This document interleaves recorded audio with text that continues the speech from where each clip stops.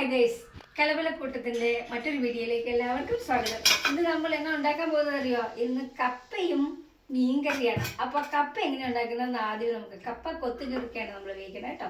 അപ്പോൾ അത് ആദ്യമേ ഞാൻ 1 കിലോ കപ്പ മേടിച്ചിട്ടുണ്ട്. അതിൽ ഓരോ കഷ്ണങ്ങളാക്കി ഇങ്ങനെ ആക്കിയിട്ടുണ്ട്. ഇനി നമ്മൾക്ക് ഇത് എങ്ങനെ കപ്പ ഞുറുക്കുന്നത് നിങ്ങൾക്കൊക്കെ അറിയാമായിരിക്കും അല്ലേ? ഞാനും ഒന്ന് പയറ്റി നോക്കിയതാണ്, എനിക്കും അറിയായിരുന്നു. റെയറായിട്ടാണ് നമ്മൾ ബാംഗ്ലൂർ ഇതൊക്കെ വാങ്ങിക്കുന്നത്.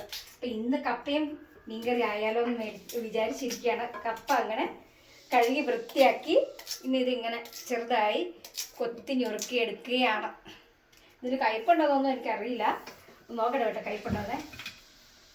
നിങ്ങളൊക്കെ കപ്പ കൊത്തി ഞുറുക്കുന്നത് എങ്ങനെയാണെന്ന് അറിയില്ല, ഞാനൊക്കെ ഇങ്ങനെ ശകലം പോലും കയ്പില്ല, സൂപ്പറാണ്. പിന്നെ മീൻ കറി വെക്കാനായിട്ട് മീൻ ഇത് ഇവിടെ എനിക്ക് രൂപചന്ദ് എന്ന് പറയും, വറുക്കാനായിട്ട് വാങ്ങിച്ച് വെച്ചിട്ടുണ്ട്. നല്ല വൃത്തിയാക്കി.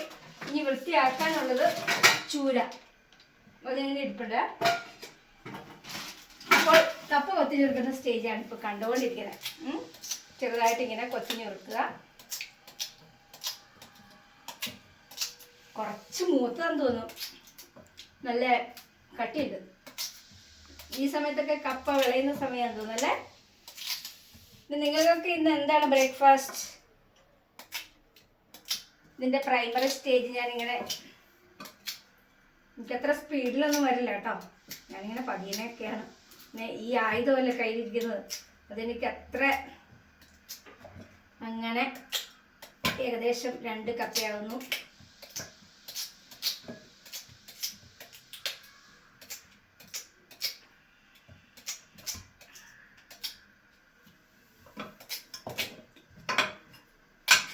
ഇത് എളുപ്പം വേവുന്നതാന്ന് തോന്നിട്ട് നല്ല നൂറുള്ള കപ്പയാണ്. ചില സമയത്ത് നമ്മൾ കടയിൽ നിന്ന് വാങ്ങിക്കുമ്പോൾ ഇങ്ങനെ വേവാതെ കിളുകിള വന്നിരിക്കത്തില്ലേ, അതിനൊരു നൂറില്ല. ഇത് നല്ല നൂറുള്ള കപ്പയാണ്, കയ്പൊന്നും ശകലം പോലും ഇല്ല. നിങ്ങൾ അവിടെയൊക്കെ കപ്പയ്ക്ക് എന്താ വില? ഞങ്ങളുടെ ഇവിടെ ഇന്നത്ര 110 രൂപ 1 കിലോയ്ക്ക്. പിന്നെ മീൻകറി ഉണ്ടല്ലോ, വല്ലപ്പോഴും ഒക്കെ ഇതൊക്കെ ചെയ്യാറുള്ളൂ. അപ്പോൾ അതുകൊണ്ടിട്ട് ഇത് സുഭിക്ഷമായിട്ട് പോയി വാങ്ങിച്ചു. നിങ്ങളൊക്കെ എങ്ങനെയാണ് കപ്പ വേവിക്കുന്നത്? ഞാൻ എങ്ങനെയാണെന്ന് വെച്ചാൽ ഇത് നന്നായി വേവിച്ചെടുത്തിട്ട് ഇതിനകത്ത് വെള്ളമൊക്കെ ഊറ്റി, പിന്നെ കുറച്ചും കൂടി വെള്ളമൊക്കെ ഒഴിച്ച് ഒന്നും കൂടി കഴുകി അടുപ്പേ വെച്ച് അതിനകത്ത് മുളക് ചേർക്കുന്നത് എങ്ങനെയൊക്കെയാണെന്നറിയോ? തേങ്ങ, പച്ചമുളക്, വെളുത്തുള്ളി, ജീരകം, മഞ്ഞൾ, ഇതെല്ലാം ഒന്ന് ഒതുക്കിയെടുത്ത് ഒരു കഷ്ണം വെളുത്തുള്ളി എന്താ ചേർക്കുക? ഇഞ്ചി വേണമെങ്കിൽ ചേർക്കാം. ഇഞ്ചി അങ്ങനെ ചേർക്കാറില്ല, ഈ കപ്പയുടെ ഇതനുസരിച്ച് ഇഞ്ചി ചേർക്കുള്ളൂ, ഈ ഗ്യാസൊക്കെ ആവില്ലേ. അപ്പോൾ ഇഞ്ചി അങ്ങനെ ചേർക്കില്ല. പിന്നെ മീൻകറിയല്ലേ, മീൻകറിക്കകത്ത് ഓൾറെഡി നമ്മൾ ഇഞ്ചി ചേർക്കുന്നതല്ലേ, സോ ഇഞ്ചി ചേർക്കുന്നില്ല കേട്ടോ. ചെറുള്ളി ഇതെല്ലാം കൂടെ ജസ്റ്റ് ഒന്ന് ചതച്ചെടുക്കും, അത് ഞാൻ കാണിച്ചു തരാം കേട്ടോ. പിന്നെ ഈ ഒരു സ്റ്റേജ് ഒന്ന് കഴിയട്ടെ. ഇത് ഫസ്റ്റ് ഇപ്പോൾ കണ്ടില്ലേ, ഇതെല്ലാം ഞാൻ കൊത്തി ഞുറുക്കി നോക്ക്. ഇത് ഏകദേശം ഒരുപോലെയൊക്കെ ആയിരിക്കണം, ഇല്ലെങ്കിൽ കുറേ വലുതും കുറേ ചെറുതുമായിട്ടുണ്ടെങ്കിൽ കുറേ വെന്തും പോകും.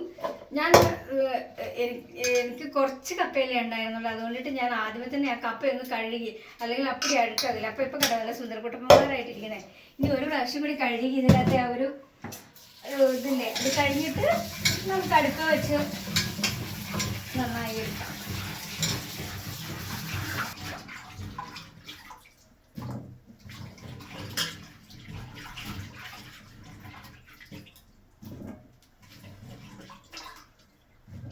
ഗൈസ്, ഇപ്പോൾ കപ്പ ഞാനെല്ലാം കഴുകി വൃത്തിയാക്കി ഇത്ര വെള്ളമൊക്കെ ഒഴിച്ച് വേകാനായിട്ട് അടുപ്പ് വെച്ചിരിക്കുകയാണ്. അപ്പോൾ നമുക്ക് കുറച്ച് കഴിയുമ്പോൾ ഇനി കാണാം അത് വെന്ത് കഴിഞ്ഞിട്ട്. ശരി,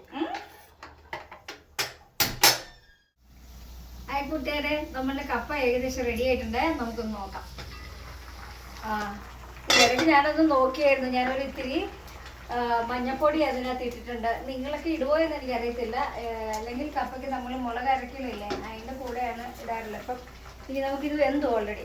ഇത് ഊറ്റിയിട്ട് നമുക്ക് കപ്പ വേവിക്കാൻ അതിൻ്റെ മുളക് ചേർക്കാനുള്ള സാധനങ്ങൾ സ്വല്പം ഒരു പിഞ്ച് ജീരകം, കുറച്ച് മഞ്ഞൾപ്പൊടി, പിന്നെ 2-3 പച്ചമുളക്. ഞാൻ അധികം എരിവ് കൂട്ടുന്ന ആളല്ല, അതുകൊണ്ട് ഞാൻ കുറച്ച് പച്ചമുളക് എടുത്തുള്ളൂ. എരിവ് ഇഷ്ടമുള്ളവർക്ക് കൂടുതൽ പച്ചമുളക് എടുക്കാം. പിന്നെ കുറച്ച് ചെറിയ ഉള്ളി, പിന്നെ ഇതിന് എന്താ പറയുക വെളുത്തുള്ളി, ഇത്ര. പിന്നെ തേങ്ങ നന്നായി ചേർക്കുകയാണെങ്കിൽ നല്ല ടേസ്റ്റ്. എല്ലാവർക്കും ചിലർക്ക് തേങ്ങ ഇഷ്ടം ഉണ്ടാവില്ല, നിങ്ങളുടെ ഇഷ്ടങ്ങൾക്കനുസരിച്ച് ഈ അളവുകളെല്ലാം കുറച്ച് ഉണ്ടാക്കാം. ഇതൊക്കെ നിങ്ങൾ കണ്ടും കേട്ടൊക്കെ ഇരിക്കുന്ന കാര്യമില്ലായിരിക്കും. ചിലത് ഈ പെണ്ണുമ്പിള്ളേക്ക് ഇതിനെ സുഖമാണ്, ഞങ്ങൾക്ക് ഇതൊക്കെ ഉണ്ടാക്കാൻ അറിയാം.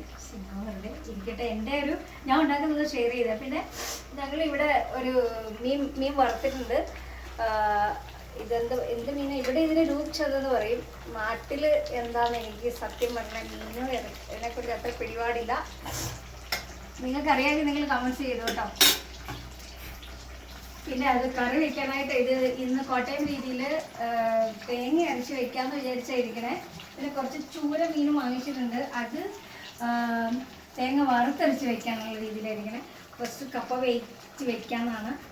ഈ രണ്ടും റെഡിയാണ്. ഇതുവരെ ബ്രേക്ക്ഫാസ്റ്റ് കഴിച്ചിട്ടില്ല, അതുകൊണ്ടിട്ട് വയറ്റിൽ കിടന്ന് ഇങ്ങനെ ഇതാണ്ട് ഫസ്റ്റ് കപ്പ വേവിച്ച് അതിൻ്റെ കൂടെ മീനും കൂട്ടി കഴിക്കാമെന്ന് വിചാരിച്ചാൽ ഞാൻ ഇരിക്കണേ. അപ്പോൾ നമുക്ക് ഇതിൻ്റെ ചേരുവയ്ക്കുള്ള സാധനങ്ങളൊക്കെ റെഡി ആയിരുന്നു. ഇതൊന്നും മിക്സിയിലിട്ട് അരച്ചെടുക്കാം. അപ്പോൾ ഞാനിത് നമുക്ക് തേങ്ങ അരച്ചെടുത്തിട്ടുണ്ട്. ഇത് ജസ്റ്റ് ഒന്ന് ചതച്ചെടുത്താൽ മതി, അങ്ങനെ കണ്ടമാനം അരയൊന്നും വേണ്ട. എന്നിട്ട് ഇത് ഇത്രയേ ഉള്ളൂ. നമ്മൾ കപ്പ ഊറ്റിയെടുത്തു, അതിൻ്റെ മുകളിലേക്ക് ഇതിട്ട് കൊടുക്കുക. ഞാൻ പിന്നെ ഒരു കാര്യം പറയട്ടെ, കപ്പ തിളച്ച് കഴിയുമ്പോൾ ഞാൻ കല്ലുപ്പാണ് ഇട്ട് കൊടുത്തിരിക്കുന്നത് കേട്ടോ. കല്ലുപ്പ് ഒരു തിളച്ചൊക്കെ കഴിഞ്ഞ് കഴിയുമ്പം കല്ലുപ്പിട്ട് കൊടുത്ത് അതിൻ്റെ ഉപ്പ് ആക്കിയെടുക്കാൻ വേണ്ടി കല്ലുപ്പിട്ട് കൊടുത്തിട്ടുണ്ട്. പിന്നെ അപ്പോൾ മുളക് അരപ്പ് ചേർക്കുന്നതിൻ്റെ കൂടെ നമ്മൾ ഉപ്പ് ചേർക്കേണ്ട ആവശ്യം വരില്ല.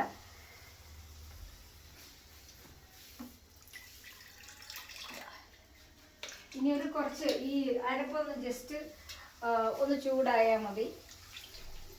കുറച്ച് വെള്ളം ചേർത്താൽ മതി. കപ്പ നന്നായി വെന്തിട്ടുണ്ട്. ഇനി രണ്ട് തണ്ട് കറി ലീവ്സ് ഇതിൻ്റെ മേളിൽ ഇങ്ങനെ ഇട്ട് കൊടുക്കാവുന്നതാണ്.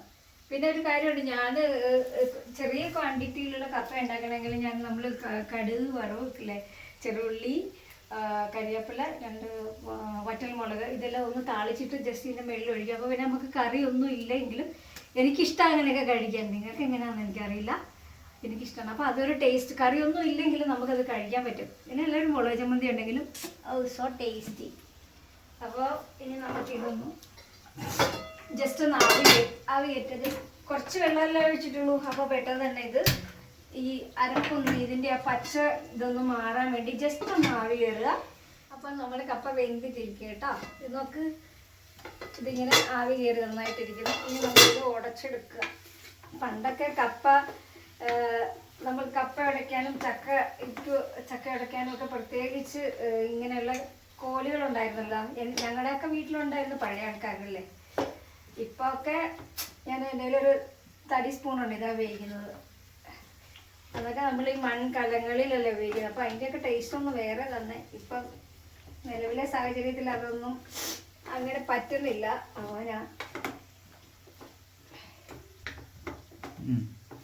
ഇത് നന്നായിട്ട് ഇങ്ങനെ കുറച്ച് നല്ല നൂറുള്ള കപ്പയാണ്, അതുകൊണ്ടിട്ട് നന്നായി വെന്തു. ഇത് നന്നായി, പക്ഷെ ഇങ്ങനെ നന്നായി ഉടച്ചെടുക്കണം നമ്മൾ, എന്നാലേ ഇത് കറക്റ്റ് വരുള്ളൂ. പിന്നെ കപ്പയുടെ ഒപ്പം മീനും റെഡി ആയിട്ടുണ്ട് കേട്ടോ. മീൻ വറുത്തത്. കാര്യം മീൻ കറിയാണ് വേണ്ടത്. സമയക്കുറവ് പോലെ ഞാൻ തക്കാലം ഇപ്പം മീൻ വറുത്തതിൽ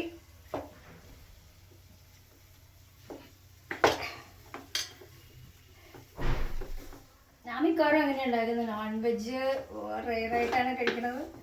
ഇന്നിപ്പം വെറുതെ ഉണ്ടാക്കിയെന്നേ ഉള്ളൂ. എൻ്റെ ഒരു ഫ്രണ്ട്സ് ഉണ്ട്, അവൾ വരും.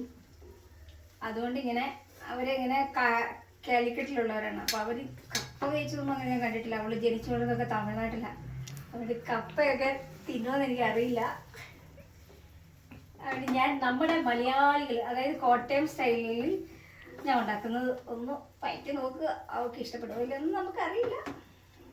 അപ്പം ഗൈസ്, കപ്പ റെഡി, മീനും റെഡി.